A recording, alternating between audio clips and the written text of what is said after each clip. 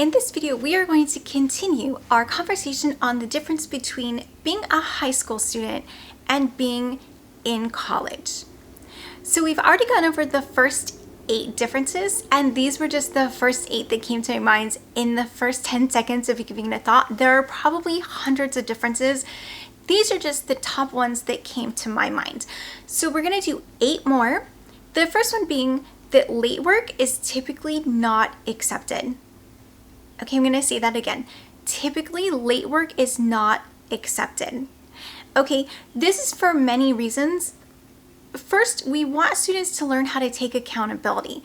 So if you have 2 weeks to get a draft of a report or an essay in, there is no reason that you can't get it in 2 weeks under normal circumstances. So you're given enough time. Like, we know how much time it should take you to complete an assignment, and then on your end, it's all about learning and mastering proper time management techniques and being prepared, knowing the information, investing the time to study and to put in the work on your end.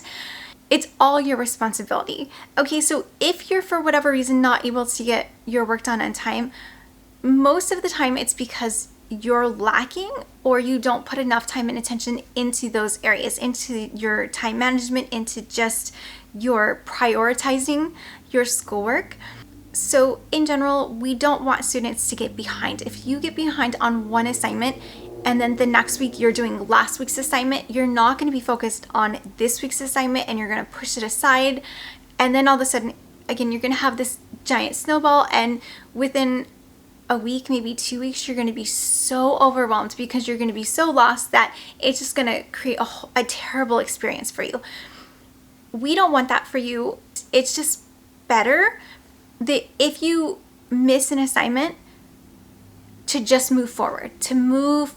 And if you can work it out to where sometime later you can get that assignment done, that's great. If not, it's just one of those things where an opportunity, if it passed you by, you just might never get it again. So again, read your syllabus. Make sure that you completely understand the policy around assignments and late assignments. For me, I do not accept late assignments. And I tell my students on day 1, and I repeat myself several times of make a note, like, I do not accept late assignments. I do not accept late assignments. I grade immediately. Typically, homework is due the night before the class. So if we have class at 9 a.m. on Monday morning, assignments are going to be due really late, right before midnight on Sunday night.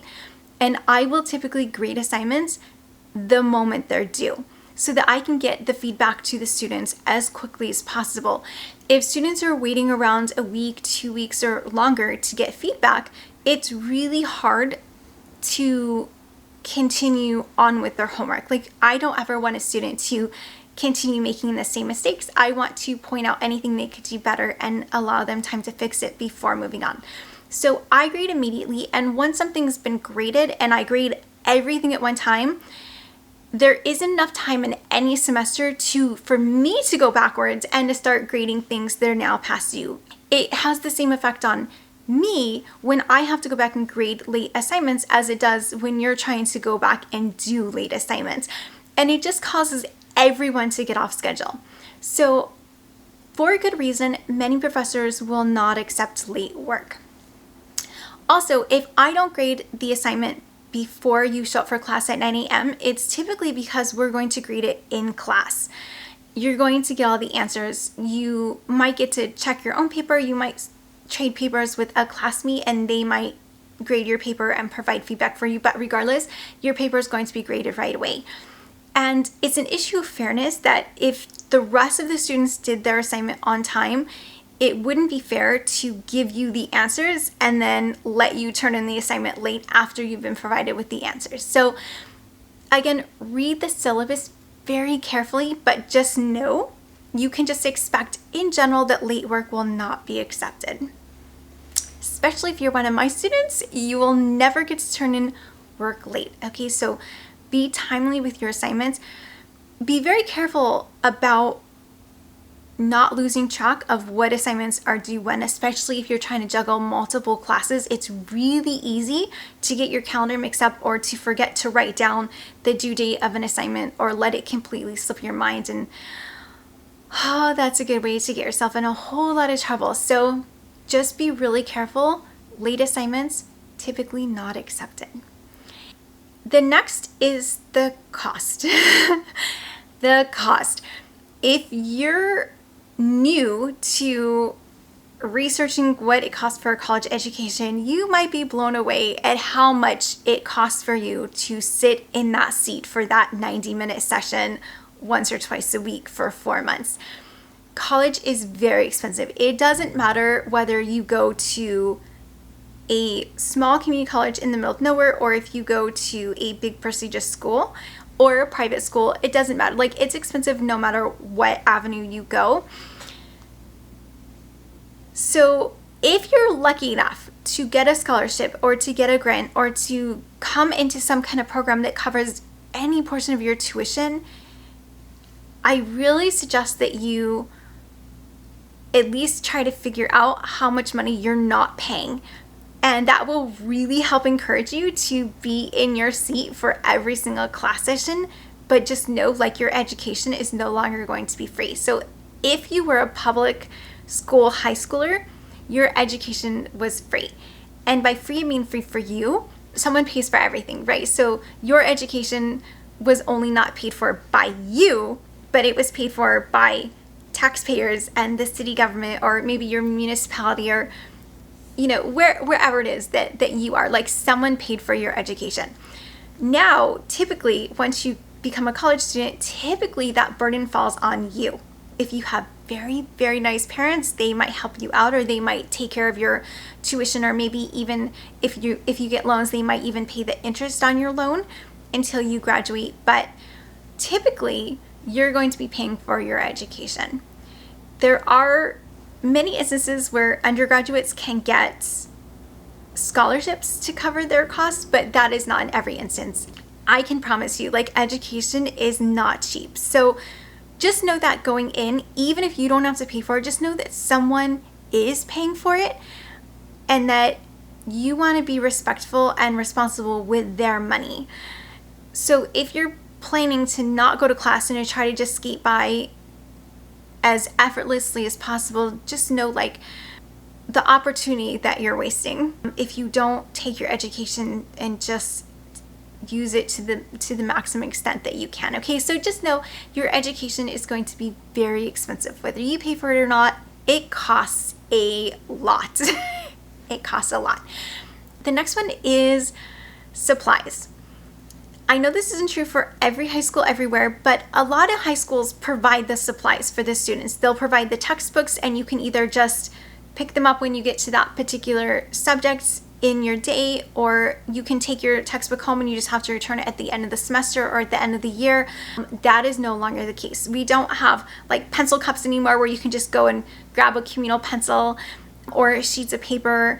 There is none of that. So you will now have to buy every single thing that you need. So if your class uses a textbook, you have to buy it.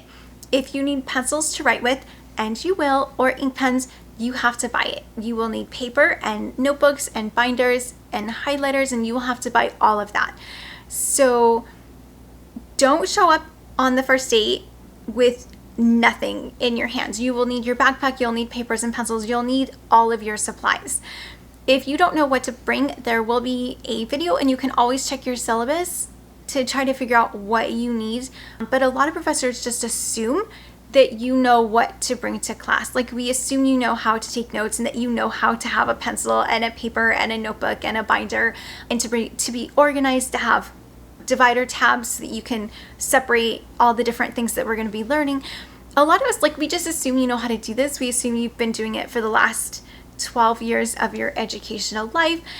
So if you don't, or if you've never had to buy them and now you're not prepared to buy them, just know that's something that you're going to have to do, and you're going to want to show up on the first day with all the supplies that you might need.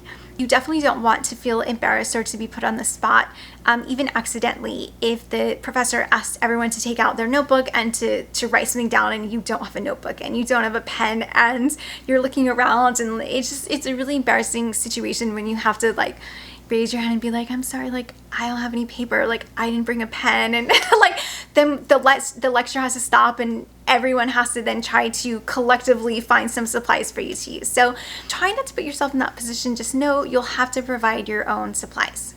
Next is extra credit. Okay, there is nothing that professors like there's nothing that drives us crazy like students that don't do their work and then want extra credit. So I will help you out and just give you the in general philosophy on extra credit. Extra credit is extra. It's for if you've done every single assignment, you don't have any zeros, and you just didn't do so well on maybe one or two of the assignments and you missed a couple points. It's a way to get back those extra couple points that you've lost. It is not a way to not do your homework all semester long and then at the very end of the semester come and ask for extra credit. Okay, so if your professor is nice enough to give you extra credit, which is very rare, just know you will probably be expected to have done every single assignment up to that point and use extra credit to gain back any points you might have lost from any mistakes you might have made. So I say this lovingly, please don't drive your professors crazy by asking for extra credit, okay? It will be in the syllabus if they offer it, and a lot of times the professors will tell you right up front how much extra credit is available, if any, and then what you'd have to do, what are the requirements to get it. It's not an automatic thing. It's not like at the end of the semester, if you don't have the grade you want, we're just gonna let you have as much extra credit as you want. It will be clearly stated in the syllabus what the policy is, or at least it should be, on extra credit. So just know it, if at all, it's going to be very rare and it is extra.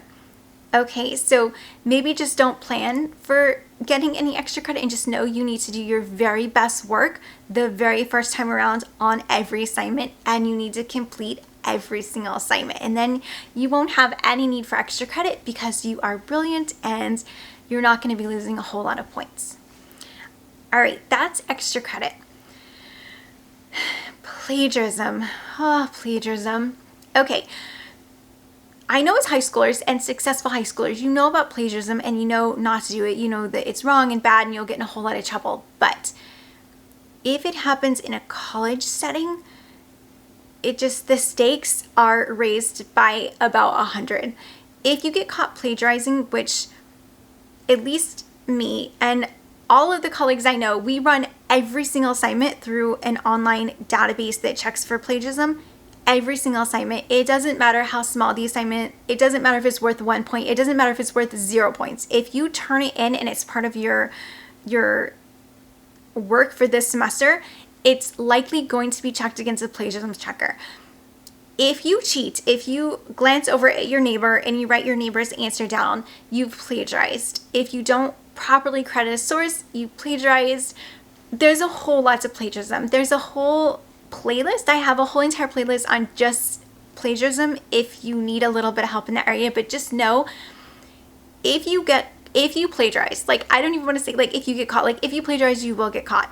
Even if you do it by accident, it's going to have huge consequences. So if plagiarism was something that you never really spent the time to learn about, or you didn't really care, or you thought the consequences so minor, if anything, that it wasn't something that concerned you, just know that now plagiarism is such a big deal. And I have failed so many bright, wonderful, even my very favorite students, they get caught plagiarizing, and it breaks my heart, and I have to fail them. Like I have to fail them on that assignment or in that class, or like it's really bad. So just know that plagiarism is a really big thing, and you'll probably be taught how to avoid plagiarism repeatedly because it's such an overwhelming problem, and many colleges, just know you will not be able to plagiarize. I don't know what the policy is everywhere, but at the college I work at, if a student gets caught plagiarizing, it goes on their academic record for 7 years.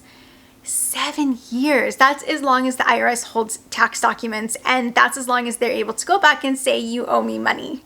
So please be careful and just know it is a really big deal. Okay, so that's plagiarism. Next is that you're going to be expected to have good grammar and professional communication skills.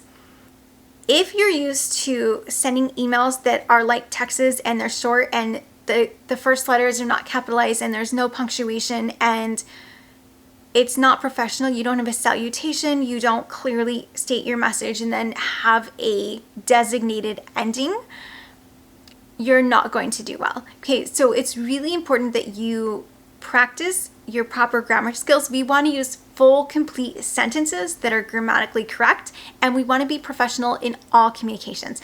That's whether you're sending an email to your professor, whether you're asking a question in class or answering a question in class, you want to be professional. Okay, so a college campus is a very professional environment, and you really want to try to start getting yourself in the mindset of it's time to be professional now.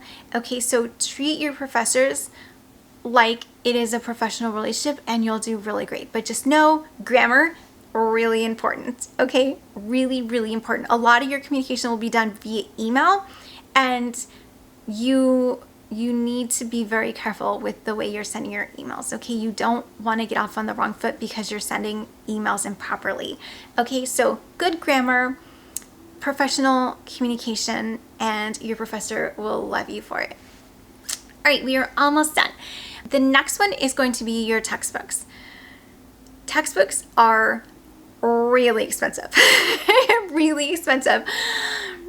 Your supplies are not going to be provided for you, so if you're not used to having to pay for your textbooks, it might come as a big shock how expensive textbooks could be. Like one semester, like one textbook for one class could be $300.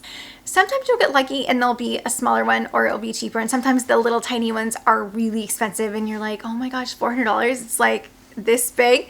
Just know, if you have a course that requires a textbook, before you sign up for the class, check to see how much the textbook is. I have very regrettably had to fail numerous first-time college students because they don't get the required textbook, and if they don't have the textbook, they're not learning all of that material properly that they're supposed to be learning at home, right? So if you only get 3 hours a week with your professor in the classroom, but you have to learn 17 chapters in 4 months, there's no way the teacher can teach you 17 chapters in 3 hours a week for 4 months. A lot of that is going to be you learning on your own at home, and then the professor covering the highlights of the material. So if there's a textbook that's required, it's required. You absolutely have to buy the textbooks, and a lot of teachers will ask you to withdraw from the class if you show up and you don't have the textbook. So if you're torn between picking this class or this class, check the textbook requirement. If the textbook is expensive and you can't afford it, or you can't rent it, or you can't borrow it from the library, which most of those are an option most of the time, you'd be surprised at how many textbooks are at the public library. Oftentimes the school's library will have at least one copy on hold at the reservation counter. You don't get to check them out to leave with them. At least one copy will always stay there at the circulation desk, but there's usually a period where you can take the book away from the circulation counter and use it. So it might be 2 hours, it might be 3 hours, it might be 45 minutes, whatever the school's policy is, there will always be at least one copy of a required textbook at the library. And I say always, that's always a majority of the time for most colleges. So I'm sure there may be some college out there that does things a little bit differently, but as far as I know, if there is a course that has required textbook, the school will keep a copy because they know that sometimes there is a student that legitimately cannot obtain a textbook for whatever reason, and we don't want a student to fail. So if nothing else works for you, you can always go to the school's library if that's a possibility for you, but just know, check the cost of the textbook before you commit to the class, because if it's required, you will be required to buy it, and they often are very expensive. Okay, textbook requirement. Okay, so that is all 8 for this second half. That was a lot. So see, again, these are not all of the differences. There are so many differences between being a high schooler and being a college student. So just do some research. Do some research and try to figure out what the culture is in the city you're going to, in the state you're going to be in, at the particular college you're planning on going to, and just try to learn as much as you can. Again, Google, right? Google will be your very best friend. So do some research. I really hope this helped, and this is the end of all the differences between being a high schooler and being a college student.